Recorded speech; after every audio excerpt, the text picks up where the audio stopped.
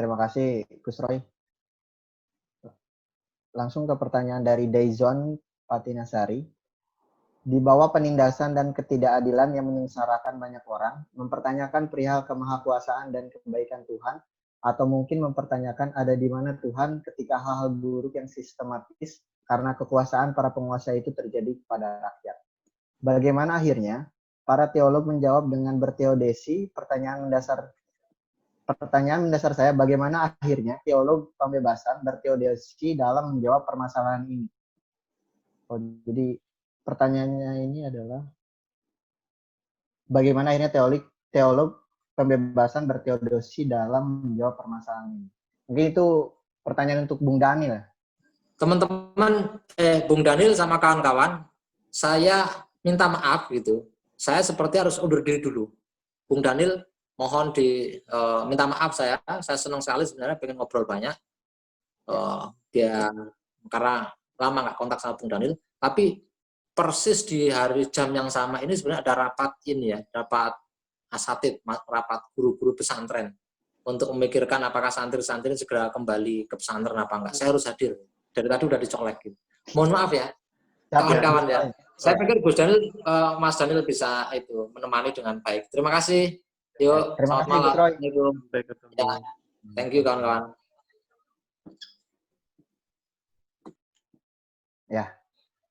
Ya, ini pertanyaan dari Dyson ya. Sebetulnya kalau dalam tradisi teologi pembebasan ada teodise yang dibangun juga ya. Misalnya kalau yang paling terkenal itu adalah dari teolog Jerman Jürgen Moltmann ya. Dia terkenal dengan teologi salib dan juga konsepnya tentang Trinitas.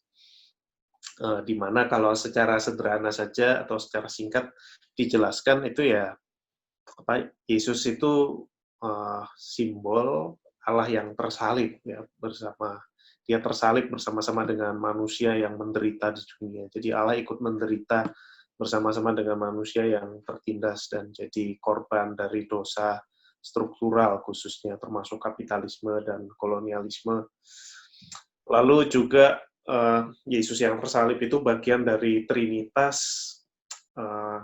Artinya di sini penekanannya lebih pada karakter imanen Allah. Allah bersama-sama dengan manusia ada di dunia dan bersama-sama dengan penderitaan manusia. Tapi itu cuma model aja, cuma contoh, dan bisa dikembangkan banyak juga. Tapi menurut saya kalau kita bicara tentang teodisi, yang penting juga di sini adalah pertanyaan teodisi itu menurut saya adalah peluang ya untuk membersihkan teologi dari unsur-unsur reaksionernya. Karena teodisi itu mengguncang skema teologi yang ada, yang mapan ya.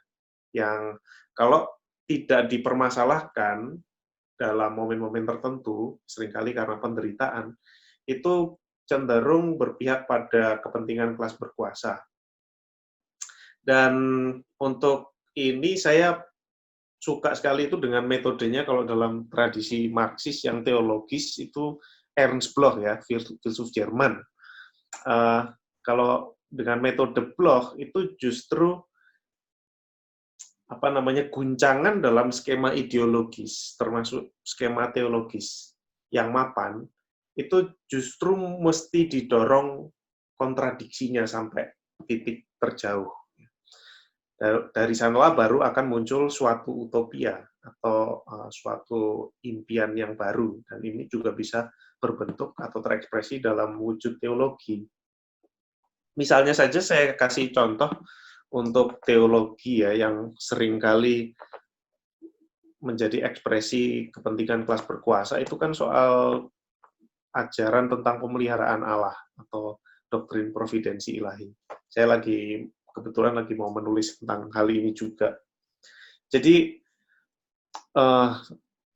ada yang mengamati ya bahwa imperium Eropa di abad ke-19 khususnya ya, dan juga di abad-abad sebelumnya itu suka sekali untuk melegitimasi kekuasaannya itu dengan doktrin pemeliharaan Allah. Artinya bahwa Allah itu memelihara dunia dan segala isinya, lalu dunia itu dilihat sebagai suatu kenyataan yang utuh yang ditopang Allah. Nah, ini kan bisa sangat melegitimasi struktur penindasan yang ada, begitu, termasuk kolonialisme dan imperialisme.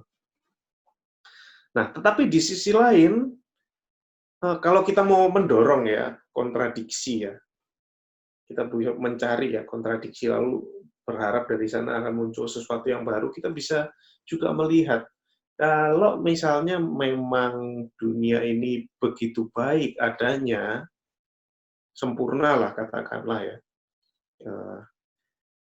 Lalu di sisi lain mengapa dunia ini di sisi lain juga dilihat oleh agama, khususnya agama Kristen, itu begitu berdosa dan membutuhkan penebusan. Nah, di sini kan kita bisa melihat ya ada ketegangan, ada tensi. Nah, ini yang penting untuk dicari begitu. Dan momen-momen di mana pertanyaan-pertanyaan teodisi muncul itu sebetulnya peluang untuk membongkar skema lama yang seringkali mapan dan berpihak pada kelas penguasa, dan dari sana memunculkan skema-skema baru yang membebaskan begitu. Itu sih dari saya. Ya, baik, Bung Daniel, terima kasih atas jawabannya. Langsung ke pertanyaan Dev Tilung. Untuk konteks kalangan Kristen Indonesia, apakah implementasi gerakan teologi pembebasan itu bisa memunculkan suatu kumpulan jemaat gereja, atau itu hanya menjadi semacam gerakan militan dalam gereja-gereja? Iya, nah ini saya mesti hati-hati ngomongnya ya, karena ada teman-teman saya juga yang sedang mengupayakan gerakan pembebasan dalam konteks gereja. Cuma kalau dalam konteks gereja yang dominan, konsep gereja yang dominan, seperti yang kita lihat pada hari ini ya, kalau menurut saya agak sulit. Dalam arti gereja sebagai sebuah lembaga yang mapan, yang berkesinambungan, yang secara infrastruktur bisa memungkinkan atau menjamin kontinuitasnya. Nah itu kalau menurut saya agak sulit ya. Kalau bukan boleh dikatakan sulit sekali. Karena saya pernah nulis sebetulnya tentang ini di Islam Bergerak pada momen Rabu Abu Maret atau April kemarin. Jadi bisa dibaca sedikit banyak di situ. Kalau dari ide saya sendiri, preferensi saya seperti tadi saya jelaskan, memang menempel ke gerakan rakyat. Karena dari situ pertama, dia menunjukkan komitmennya untuk menang, bukan cuma gagah-gagahan ya, gagah-gagahan membela rakyat kecil atau menunjukkan keberpihakan kepada kaum marginal, tapi di sisi lain juga memang serius untuk menggapai kemenangan.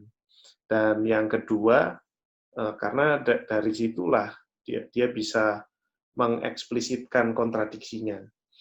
Karena kalau gereja sebagai lembaga, itu orang keluar masuk itu banyak sekali dari berbagai macam lapisan sosial. Dan di dalam kenyataan sosial yang begitu timpang hari ini,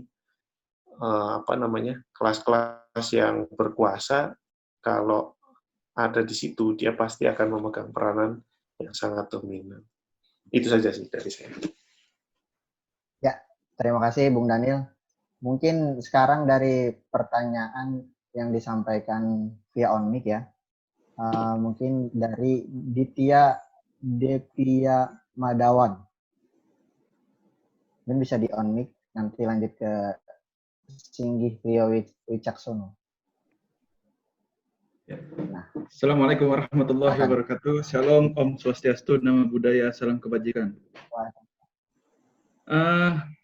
Jadi begini, sebenarnya saya awalnya ingin bertanya kepada Gus Roy, tapi karena berhubung Gus Roy-nya sudah mengundurkan diri, saya ingin bertanya kepada Bung Daniel.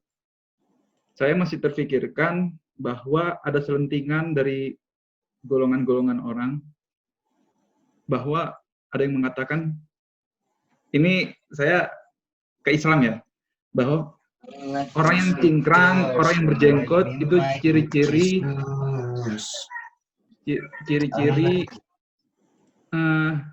teroris. Bagaimana menurut pandangan Bung Daniel? Begitu.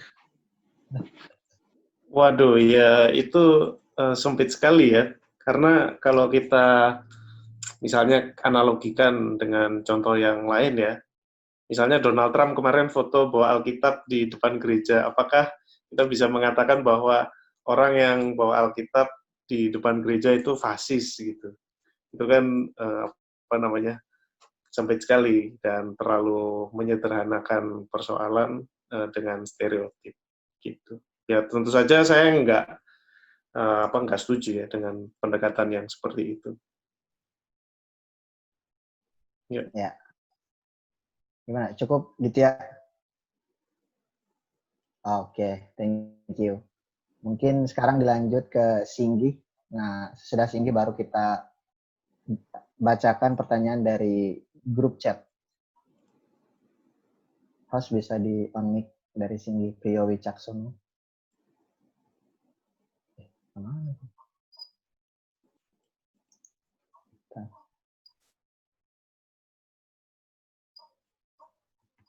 Dari Singgi, apakah sudah di on mic?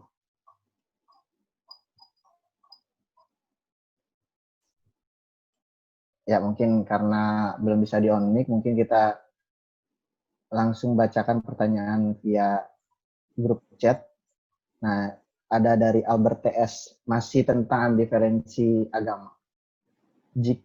Jika agama memiliki ambivalensi di mana melekat pada dua kutub, yaitu spirit marginal dan juga penguasa, maka yang disebut oleh Bung DS dan juga Gus Roy adalah agama itu tidak bisa jadi Mesias atau penyelamat. Seharusnya adalah gerakan rakyat yang terdahulu baru untuk membentuk spirit bersama yang disebut agama.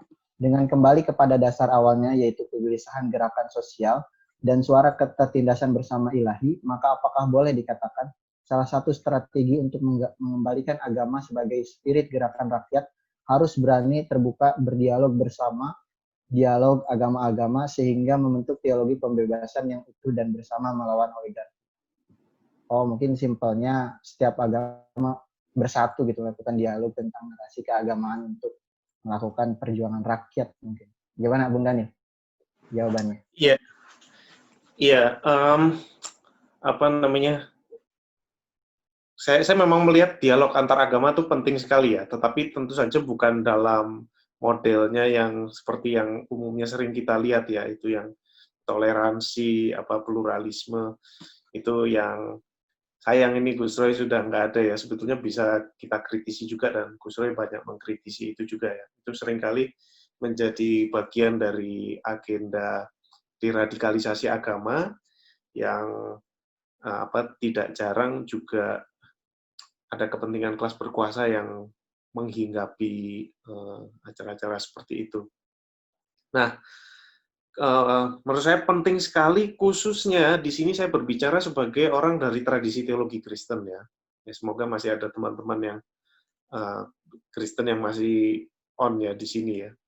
Menurut saya penting sekali di sini, khususnya kekristenan di Indonesia itu berdekatan, berdampingan atau bergerak bersama tuh dengan teman-teman dari agama Islam. Kenapa? Karena kekristenan di Indonesia itu dalam sejarahnya cirinya sangat kolonial. Ya. Dan ini sangat berbeda dengan Islam. Kalau kita melihat di tahun 1920-an, kita bisa melihat sekali di situ bahwa Islam itu punya corak yang kuat di Indonesia sebagai agama perlawanan. Ya. Konteksnya waktu itu memang berhadapan dengan Belanda yang banyakkan Kristen. Jadi saya pribadi dalam pengalaman sejauh ini belajar banyak dari Gus Roy, Gus Fayat, dan teman-teman Islam yang lain juga ya, untuk melihat sisi itu. Jadi tradisi Islam sebagai agama perlawanan itu kuat di Indonesia, dan kalau kekristenan di Indonesia itu mau lepas ya, mendekolonisasi tradisi agamanya, saya pikir penting sekali untuk belajar bersama-sama dengan tradisi Islam. Dan dari situ, maksud saya juga tidak harus pindah Islam atau maksudnya bahwa Islam lebih baik dari Kristen, tetapi bahwa lewat perjumpaan dengan Islam itu justru kita bisa melakukan refleksi balik begitu. Kita bisa membaca kembali teks keagamaan kita dan tradisi Kristen dan menemukan di sana bahwa elemen yang seperti demikian itu ternyata ada juga dalam tradisi Kristen. Dan selama ini mungkin banyak direpresi, banyak dibungkam, dan itu bisa muncul kembali lewat perjumpaan dengan agama Islam. Misalnya ya, kalau kita perhatikan di Islam itu kan ada istilah-istilah seperti jihad begitu ya. Lalu kalau kita demo-demo itu kan biasanya ada teriakan Allahu Akbar begitu ya. Nah, itu kan kalau dalam praktik kekristenan di Indonesia hari ini nyaris sulit kita temukan padanannya. Tapi mungkin kalau kita cari-cari dalam teks Alkitab ataupun dalam sejarah kekristenan di masa lalu, coba kalau saya bayangkan ya di zaman abad ke-16 dulu waktu Thomas Munster, pendeta Protestan Anabaptis itu memimpin petani berperang melawan tuan-tuan tanahnya. Apakah tidak muncul teriakan-teriakan semacam itu? Atau jargon-jargon semacam itu? Itu sih dari saya. Oke, terima kasih Bung Daniel atas jawabannya tadi. Ini karena sudah tidak ada pertanyaan dari kawan-kawan, sesi tanya jawab saya tutup karena berhubung waktu diskusi juga sudah menunjukkan pukul 21.42. Terima kasih kepada kawan-kawan yang sudah hadir. Tentunya juga terima kasih kepada Bung Daniel Siombing yang telah menyempatkan waktunya. Salam hormat juga kepada Bung Daniel dan kawan-kawan di Kristen Hijau, dan juga salam hormat juga kepada Gus Roy yang tadi sudah meninggalkan forum terlebih dahulu karena ada keperluan rapat. Terima kasih kepada kawan-kawan. Mungkin sedikit kesimpulan dari saya bahwa hari ini perihal agama dan teologi pembebasan, bahwa ketika kita selaku penganut suatu agama apapun, kita juga harus mempertanyakan bagaimana agama yang kita peluk itu bisa menjadi pembebas atau gerakan-gerakan rakyat yang menjadikan semangat-semangat narasi keagamaan itu bisa turun langsung ke rakyat dan melawan segala bentuk penindasan. Sehingga agama tidak langsung dipolitisasi ataupun dimonopoli bahasanya tadi menurut kawan-kawan. Terima kasih sekali lagi. Mungkin cukup sekian yang dapat saya sampaikan. Kurang lebihnya mohon maaf. Mohon maaf juga apabila pelaksanaan diskusi masih banyak kekurangan dan kekurangan yang lainnya. Bila topik walidaya. Wassalamualaikum warahmatullahi wabarakatuh. Selamat malam.